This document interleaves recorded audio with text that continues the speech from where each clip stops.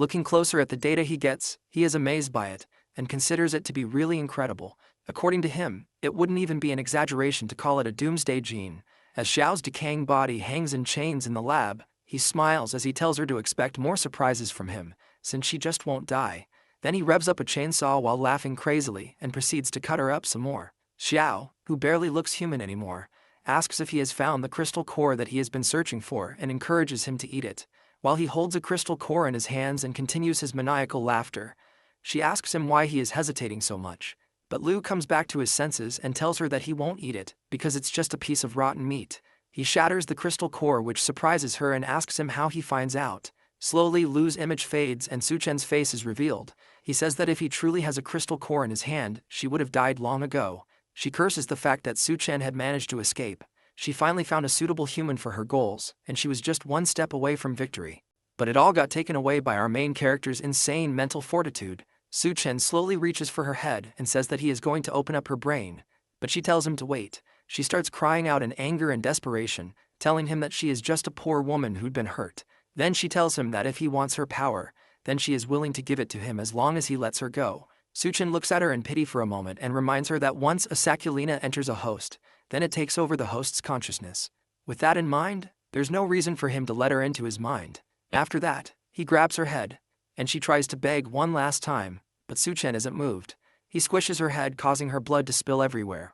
Her body starts to fade away slowly, and he wonders if it is due to the absence of the crystal core. With the crystal core finally in his possession, he is glad that there is no problem this time. Seconds later, he remembers that his original goal was to get a sample of her blood. With Xiao turned to ash, he wonders what will happen to the antidote he is searching for. Thankfully, he realizes that there must be samples of the antidote in the lab somewhere. It is said that once the crab parasite takes hold of its host, it will form root-like branches in the host, connecting various parts of the host's body and controlling their behavior. The parasitic relationship eventually results in the host becoming a slave to the crab parasite. Now, with the university completely cleared out, dozens of refugees are left wandering the streets looking for a new home. Thankfully, the floodwaters have receded, which means that streets are clear for them to travel through. But it also means that the corpses that were originally under the water have begun to mutate once more. As the group walks through the empty streets, they are told to stop looking around and to keep walking in order not to waste time. Yunyun is noticeably nervous and scared, and she asks Duanya where Su Chen is taking all the medical students. Duanya tells her that the escaped mutant rat men are lurking around the University of Science and Technology, and it is no longer suitable for human survival. The surviving medical students are scarce talents during the apocalypse, so Su Chen plans to take them to the safe zone area in the next town. Yunyun is upset because they still have a long way to walk, and she is already getting really hungry. She decides that she needs to go and find Su Chen in hopes that he will give her something to eat. But Duanya holds her back and tells her that she isn't allowed to go. Yunyun wonders why Duanya is being so overprotective and holding her back from getting food. But for the former chef, it's more than that. Duanya then tells her that since she is following them, she has to be obedient and do whatever she is told.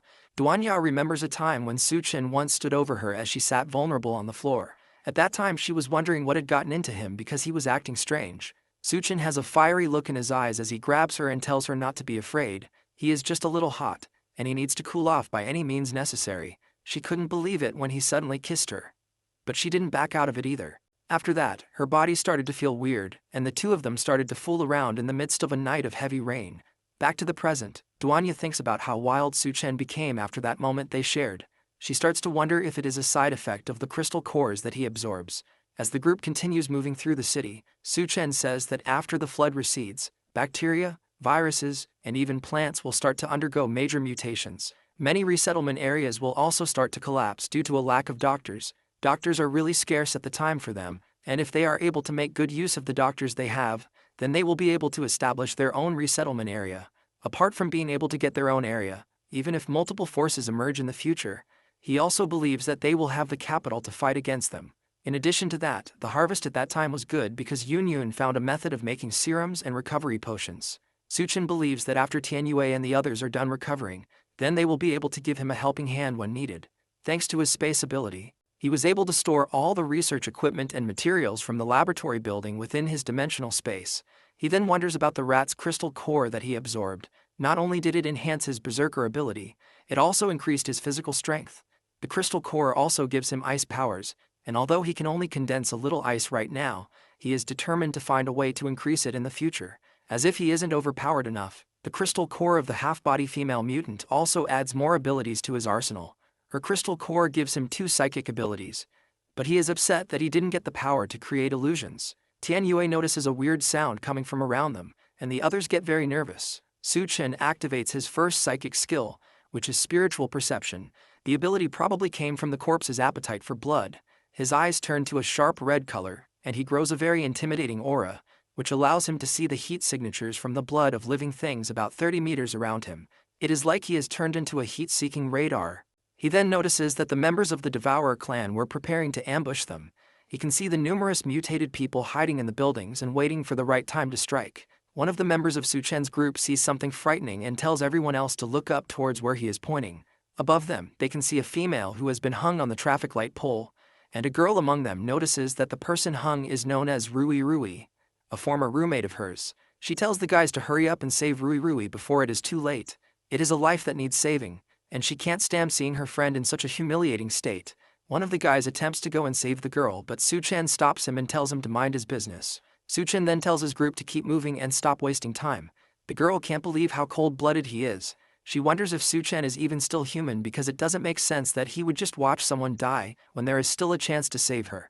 Other people start to speak up and they accuse Su Chen of not being a man at all. They decide to stay back and help since they can't just stand by and watch someone die before their eyes. The girl orders them to put Rui Rui down quickly so that she can give her medical attention. Some of the men move to the traffic pole quickly and begin loosening the rope in order to rescue her. As they are loosening the ropes, arrows rain down on them and manage to pierce through most of the guys, killing them instantly. The sudden turn of events causes the once confident girl to shiver in fear. All of them can't believe that they just lost 2 innocent souls in an attempt to save one person. They finally realize it is a trap, but it's much too late for them to escape. 2 other guys burst out from the windows above them with axes. They quickly surround the girl and the guy she is with. The 2 men from the Devourer clan are as tall as mountains, and they tower over the group of people who tried to save their friend. One of the Devourer brutes grabs a girl by her face and licks her cheek to get a taste of her. Then he rubs his hand all over her body and calls his companion to come and have some fun with her first. The girl is scared senseless as she looks at the monstrosity that grabbed her head. She begs him to let her go, but there is no use. Her friend tries to fight for her, and he demands that the Devourer let her go. But he doesn't see the other enemy rushing towards him with an axe. The man is slaughtered in an instant and his blood gets splattered everywhere. As he dies, the brute tells him to accept his fate as food. The girl, however, isn't as lucky to have a quick death. The man rips her shirt apart and suggests that they keep her to breed instead of eating her immediately. The screams manage to reach Su Chen's group as they continue their march towards the safe zone. She asks him if the woman who was left hanging was used as bait, and he confirms it. But even though they've gotten what they want from the other group, that doesn't mean that they are safe yet. In fact, they are already surrounded by devourers. The guys start to panic and look around, hoping to find the attacks before they jump out. Su Chen, however, is as calm as usual since this is a perfect chance for him to test out his latest ability, Corpse Control. He activates it, causing his eyes to glow a bright purple, and immediately, several undead corpses start to march out of an alleyway to attack the devourers hiding away in the buildings. This is the perfect time to make the people about to ambush them know the feeling of being ambushed themselves. The Devourer clan is immediately attacked by the rampaging horde of mutated corpses controlled by Su Chen. They have no time at all to react, but they are still able to cut through most of them like paper. These things are nothing but distractions getting in their way, and the 2 brutes manage to rip and tear through them with ease, sending the rest of them back and knocking out the larger group like bowling pins. But in their tussle with the mutated corpses, Su Chen and the others manage to leave undetected. The 2 brutes can't accept that, and they jump out of the building they were fighting in down to the streets to try and chase after them. As soon as they land, they see Su Chen calmly waiting for them with his hands in his pocket. They fell right for his trap, and now there's no hope of them escaping anywhere. The 2 brutes are excited that there's one more person waiting to die, and they decide to kill him first, but Su Chen isn't bothered. It's too bad that the Devourers don't have crystal cores, unless he would have personally taken them out. Since they aren't worth his time, then he'll let the mutated corpses play with them instead. As he says that, several zombies rush out of their hiding places and surround them again. This time the numbers are way too large for them to just brush off like they did before, and they are forced to fight for their lives. Meanwhile, in Hicheng, Su Chen's group of survivors finally makes it to the safe zone they've been traveling to this entire time. A loud voice asks them what they are doing and why they are trespassing in their safe zone, and Duan Ya, who's leading the group, responds that they are travelers from the University of Science and Technology seeking refuge in the safe zone. Suddenly, a man leaps off the top of a building and lands in front of them. The man has a threatening aura and does not look happy to see them. Apparently, they don't accept trash in this place, and anyone who he doesn't recognize is trash, so he tells them all to get lost. Duanya tries to use her mind control powers on him, and asks him what gives him the right to deny them entry when this is a safe zone. But her powers don't seem to work on him. For a moment it looks like he's under her control, but he's able to snap himself out of it with a few light taps to his head. Duanya realizes way too late that this man must be an able user just like them. The brutish raises his axe and leaps into the air to finish them off, but someone jumps in to defend them just before the large man can land a hit on Duanya. It's Xiao Feng, and just like usual, he's fighting to protect people. He tells the larger man, whom he calls Captain Sun, that these people are only seeking refuge and there is no need to attack them. Sun doesn't care since these clearly aren't normal people. After all, normal people wouldn't be able to make it through the Devourer clan's territory so easily. He suspects that they must be spies sent from the Devourer clan to infiltrate them. At this accusation, Su Chen finally appears from behind the group to meet his old friend. He tells the brutish Captain Sun that if he doesn't want them, then he will just take the dozens of doctors he brought along with him to another safe zone. That catches all the guards' attention, and they didn't realize that there were doctors in the group. It's very rare for a single doctor to survive for so long in the apocalypse, and they managed to bring dozens of them all at once. Xiaofeng is excited to see Su Chen again, and realizes that these must not be ordinary survivors from the wasteland. With his old friend there, these can't be spies from the Devourers either. He decides to swear to his life that these people are his allies, and he will personally take care of them. Since Su Chen is in the group, if he says there are dozens of doctors, then he can't be lying. With what Su Chen has pulled off in the past, Xiaofeng would believe him even if he said he had thousands of doctors. With his own soldiers' words as backing, Captain Sun has no choice but to let them in. After all, if they have doctors with them, then they no longer have to bury patients alive anymore, and the sick among them can get proper treatment. Captain Sun walks away, clearly disappointed that he doesn't get to use his giant axe today, but before he leaves, he tells Xiaofeng that if these supposed doctors can't cure the patients, then he will have to take responsibility for the consequences, since he's the one that vouched for them. With the captain's permission, the other soldiers lead Su Chen's group into the safe zone, while Xiaofeng hangs back to apologize to his old friend. He asks our protagonist not to take offense and tells him that Captain Sun is just like that. Su Chen isn't bothered, however. After all, he has dealt with his own fair share of annoying people throughout the apocalypse. Putting that aside, he came with his large group of doctors at the right time. The safe zone has had some strange patients who definitely needed doctors' help. The soldier leads them to a warehouse deeper in the safe zone, where they keep the dying and the ill together. In the very back of the warehouse, he shows them the corpse of one of the victims of the strange condition affecting the camp. It's a woman who looks like she has been long dead. Her body is covered by hundreds of small white mushrooms that look like they were growing straight out of her body. They don't know what is causing these things to grow, but cleaning them off only causes them to grow back faster, and each time it makes the person weaker, until they eventually pass on. Su Chen immediately knows that she has been infected by some kind of mutated fungi. The plants are also mutating as well as the people, which means that they can infect and control people. He advises that they warn the others to be careful of young plant shoots, and to make sure that they don't get pricked by them. Duanya takes a closer look at the plants growing on the young woman's body, and realizes that they are using her for nourishment. For now, all she can do is take a sample of it and try to analyze it so she can develop a cure or medicine for the infection. However, this is just the beginning of the rapid mutations that will take over the world. If these newly mutated plants aren't cleared out, they will quickly grow and start attacking humans. When that happens, the Devourer tribe will use the opportunity to attack the safe zones, and many people will become livestock for them. Because of that, the Devourer tribe will become stronger, and that definitely isn't in Su Chen's best interest, which means that he has to do his best to protect this safe one so he can use it for his own needs in the future. For now though, it would be best for him to check out the situation and make sure that everything is secured. As he's considering his next move, a loud noise comes from somewhere else in the safe zone. It sounds like a van, and someone on top of it is shouting for people to get out of the way. It's the Lord's son, and he's driving recklessly through the streets. On top of that, he's firing a gun in the safe zone and attacking innocent people for no reason. Despite all of that, Xiaofeng's team isn't doing anything to stop him. The soldier tells Su Chen that his team has already been disbanded. It's probably because they let the newcomers into the city despite the warnings from Captain Sun. On top of that, this isn't the first time that the city lord's son has caused chaos in the city. He believes that the elderly and children don't matter, and they are useless to the safe zone. Because of that, he casually goes around running them over and shooting them down, and because of his status, there's nothing they can do about it. As he's driving, he notices Yun Yun, who's looking over an injured person lying limp on the street. He pulls his car to a stop beside her and cockily asks if she wants to get in his car with him. If she follows him, then he can take her to get something good to eat.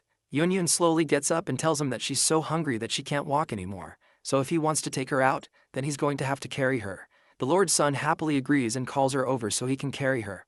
While Xiaofeng gets ready to confront him, Su Chen, however, holds him back, knowing exactly what Yun Yun has planned for the Lord's son. As long as he can carry her, then he can take her wherever he wants. As soon as he agrees, Yun Yun smiles deviously, then leaps off the ground into the man's waiting arms.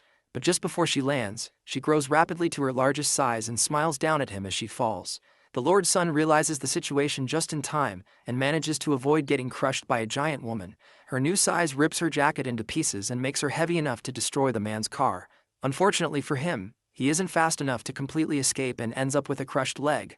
The noise of the crash alerts everyone else in the safe zone, and they make their way to the source to find out what happened. Meanwhile, the Lord's son screams as the pain from his broken leg hits him in full force. Yun Yun looks down on him, and luckily tells him that even when he's given the chance to prove himself, he still turns out useless. Then she steps on his already broken leg with her giant foot, causing him to scream even louder. The sound attracts the soldiers from deeper in the zone, and they hurry to check on him and ask what happened. He immediately points an accusing finger at Yun Yun, calling her a monster since she turned into a giant woman and broke his leg. Duanya steps in and uses her mind control ability to warp the memories of the people around them, and they turn on him immediately. They tell the young master that he actually fell out of his car and broke his leg himself. Thanks to Duanya's mind control, they all turn on him, and they are convinced that they saw him fall with their own eyes. The young master figures that they must all be involved in this somehow, and they all did this to set him up. With no other choice, he calls for his father, the Lord in control of the safe zone, to come and help him out of this mess. Captain Sun chuckles menacingly and figures that this interaction will be fun to watch. A car surrounded by dozens of soldiers pulls up to the scene of the incident as the young lord still sits on the ground, unable to move. Su Chen's group and Xiaofeng watch as the city lord steps out of his car and demands to know what's going on, the way several people rush to answer him, plus the crowd of security that pulls up behind him, shows that the city lord has an air of importance around him. Xiaofeng defends his friend and tells the city lord about Su Chen, and the fact that he brought dozens of doctors along with him to seek refuge in the shelter. Then he starts to talk about the young lord and how he started to cause trouble around the place. But the younger man cuts in and demands that his father kill them all for breaking his leg. The lord doesn't pay attention to his son's ramblings and slaps him across the face as soon as he starts talking. It looks like he has already warned the chaotic kid about his actions, and he's aware of the things that happen while he isn't around. This isn't the first time that he has told his son to treat everyone that comes into the settlement with respect. His vision is to turn the safe zone into a beacon of hope in the apocalypse, and to make everyone that comes to them feel some warmth. Because of his great dream, even his own son gets punished when he does wrong. That must mean that the city lord is a good man, and it's rare to find such a noble-hearted person in the apocalypse. At least that's what the crowd thinks as they start to cheer for him and his good deeds. The city lord turns to them and personally invites them to stay with them and build a new dream together. Here, they will provide the best food and the most generous conditions to make sure that they all survive in the new hellish world. Xiaofeng turns to tell Su Chen that thanks to the city lord, his group can now stay without any problems. But his friend is already long gone, as are his two girlfriends. They left the city as soon as the city lord appeared to avoid any problems. It's unreasonable to think that he won't try to take some kind of revenge since Yun Yun crippled his son. Because of that, the three of them have to sleep in the woods for the night. Yun Yun nervously tells her new sister that it's the first time she has ever had to sleep outside. Surely Duanya must have some kind of experience since she has survived in the apocalypse for so long. The former chef tells Yun Yun to stop thinking about unnecessary things. Besides, with Su Chen around, who knows if they will even be able to sleep at all. Our protagonist comes up behind them and warns them to stop messing around. Someone is coming and they need to be ready for an attack. Then he calls for the people hiding behind a pillar to come out and face them. It looks like they were trying to sneak up on the group without being detected. But Su Chen already knew they were there a long time ago.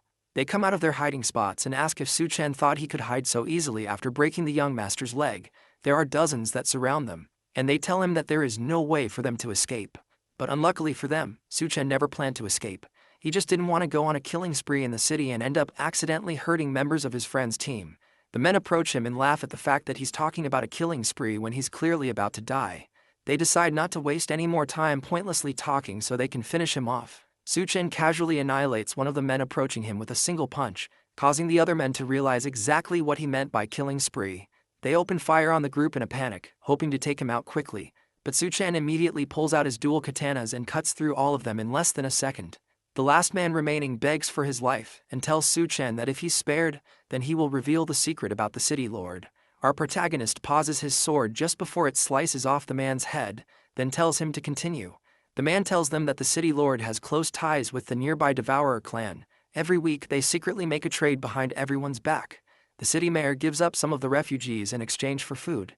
Yun punches the man on the back of the head after his confession. They've been giving up young people in exchange for food this entire time.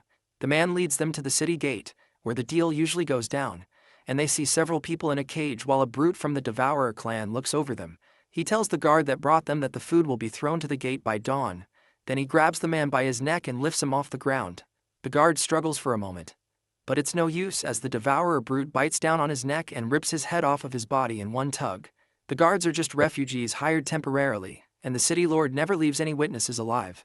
The man asks if he can go now that he has told them everything he knows. But Su-chan has one more task for him. They take the man and tie him up over an empty street in an attempt to lure devourers towards the area. Their plan works, and his screams attract brutes nearby over to the empty place. To them, a person hanging alone in a dark place is just free food. One of the brutes asks why someone is hanging over in the middle of nowhere.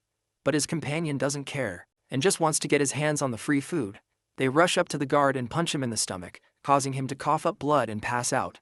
But the noise they made from their mad dash to get free food triggers Su-chan's plan as a loud voice comes down from above them.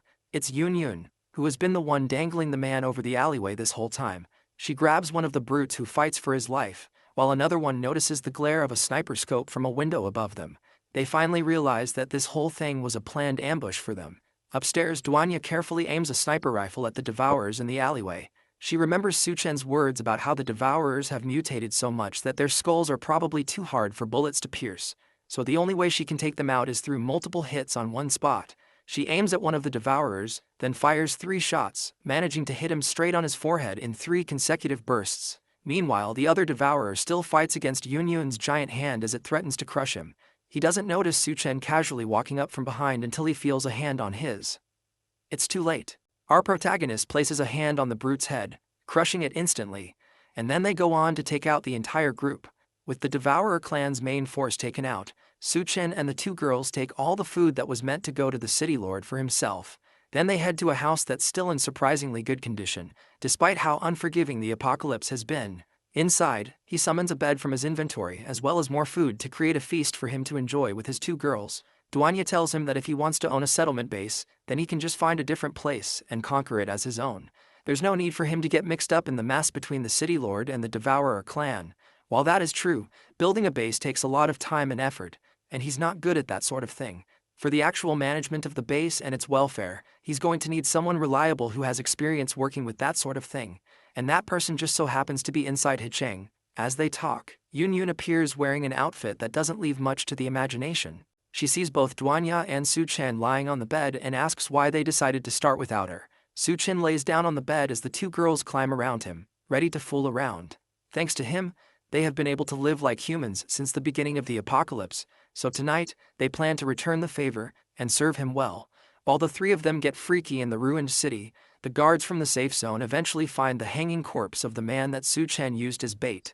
The city lord Zhang mistakenly takes that to mean that the deal with the devourers went wrong, and he rushes to the Devourer clan to find out what happened. He asks the Devourer leader what happened, but the mutated man asks him the same question. In the aftermath of his deal, he lost 3 of his warriors, meaning that they weren't the cause of the attack. Despite that, the Devourer leader demands that they double the number of people that they send over as compensation for their losses. If he can't do that, then his deal with the Devourers will be cancelled, and they will attack his precious settlement. The city lord agrees to his demands, and Su-chan decides to burst into the party and make his presence known. Our protagonist has seen everything he needs to see, and it looks to him like the city lord doesn't even bat an eye while trading with other people's lives. The Devourers surround Su-chan once they realize that he's the one who killed the 3 Devourers sent to retrieve the people. They have no idea how he managed to kill 3 of their own. But now that he has stepped onto their base, there's no escape for him. City Lord Zhang calmly leaves the area before things get violent. As far as he is concerned, Su-chan might as well be dead for stepping into the Devourer clan's home territory. He rushes back to the safe zone to try and wrap things up quickly before it turns into a mess that he can't handle. He goes back to the safe zone and announces to everyone that there is a traitor in their base. He points the blame at the outsiders that Su Chen brought over, and accuses them of pretending to be doctors so they can infiltrate the base. He claims that in reality, they were secretly kidnapping refugees to trade with the Devourers for food. Since Su Chen ruined his plans, he has to be ruthless to make sure that no one goes against him again. The people in the settlement immediately turn their angry eyes towards Su Chen's group. They prepare to attack and kill them, but a loud voice stops everything before a riot starts. It's General Gao Yiwei, and behind him are Bei Kong and her brother. He comes in to defend Su Chen. From what he knows, our protagonist is a trustworthy man who has proven to be capable on multiple occasions. Since Su Chen brought them here himself, then they shouldn't be the problem. The city lord continues his accusations, saying that words alone cannot defend them. If he wants to show that they aren't traitors, then he has to prove it. A voice calls out from the top of a building above the settlement. It's Su Chen, and he claims that he can prove his own innocence. He brought the Devourer clan leader with him, and asked the badly beaten mutant to explain the situation by himself. The clan leader confesses that City Lord Zhang is the one who has been making the deals with him this entire time. The crowd turns angrily to the city lord, now that they realize that the man they've been supporting was the real monster this entire time. Zhang tries one more time to convince them that Su Chen is working with Devourers to frame him, but General Gao approaches the man and punches him in the face for his crimes.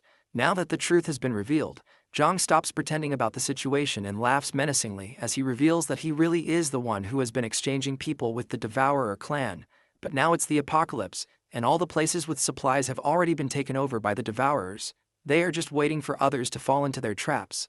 As long as he keeps sacrificing a few lives that he sees as worthless, then he's doing a good thing and saving people. As far as he sees it, they should all be grateful to him for keeping them alive. After all, even the Captain Gao that's acting so righteous also ate the food that he brought back from the Devourers, so nobody has any right to judge him.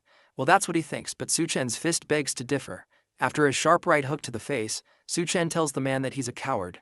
In a world where the strong prey on the weak, trading lives for food isn't necessarily a bad thing, but it's a coward's choice that makes him no different from the Devourers. With the former lord rightfully knocked out, Su Chen turns to General Gao and makes him an offer. He offers to build a place that truly belongs to humanity and civilization. In his previous life, he once traversed over the ruins, and eventually reached a safe haven that was on its way to becoming a utopian base in the apocalypse.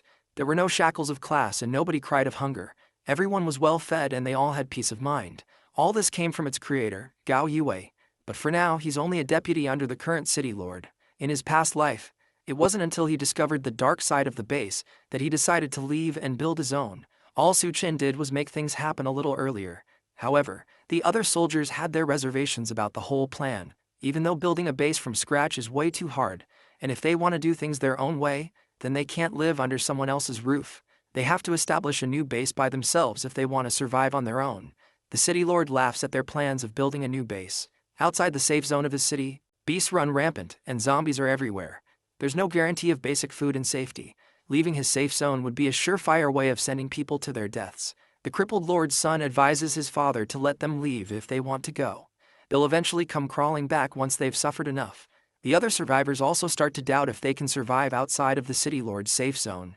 If they don't want to die, then they have to take their chances staying with the coward, but at least they will get to live. The city lord feeds into their fears and tells the people that if anyone believes in their delusions, they can leave. But if they starve to death in the wasteland, then he won't be blamed for anything. But in that case, if the only problem is food, then Su Chen has the answer to all of their problems. After all, he was able to bring out the Devourer clan's leaders so easily, and he has already made a name for himself as a powerful ability user. For someone like him, providing food should be easy. The Lord's son notices how all the survivors are starting to side with Su Chen, and he angrily asks the man if he thinks that he's some kind of savior. As far as he's concerned, our protagonist is doing all of this just to get attention. There's no way he even knows how much supplies a base needs. Su Chen estimates that even though his supplies aren't much, they are probably enough to support about 2,000 people for a month or so. Those numbers sound suspiciously similar to the amount that the city lord has in his warehouse. Just where could he have gotten those supplies? Meanwhile, at that very warehouse, Duan Ya and Yun Yun work together to take out the guards who are monitoring the supplies. Yun Yun uses her giant size to overwhelm them, while Duan Ya provides sniper support. With the warehouse completely emptied, he tells General Gao to hurry up and make a decision. He can either work with Su Chen, or stay with the traitorous city lord. With the options laid out in front of him, The decision on what to do isn't hard for General Guo. In this current settlement, people have had to deal with no proper clothing while also being constantly bullied. Now he learns that they have all been treated like livestock and sold to the devourers. Captain Guo decides that he cannot stay in a place like this for another second. He decides to join forces with Su Chen and establish a new base. Then he tells the crowd that anyone willing to leave with him can step forward so they can build a base where they can live in dignity. Bei Kang and her brother call their troops together and stand behind their captain. These were supposed to be the city lord's army, but after his betrayal, they are now only loyal to Captain Gao.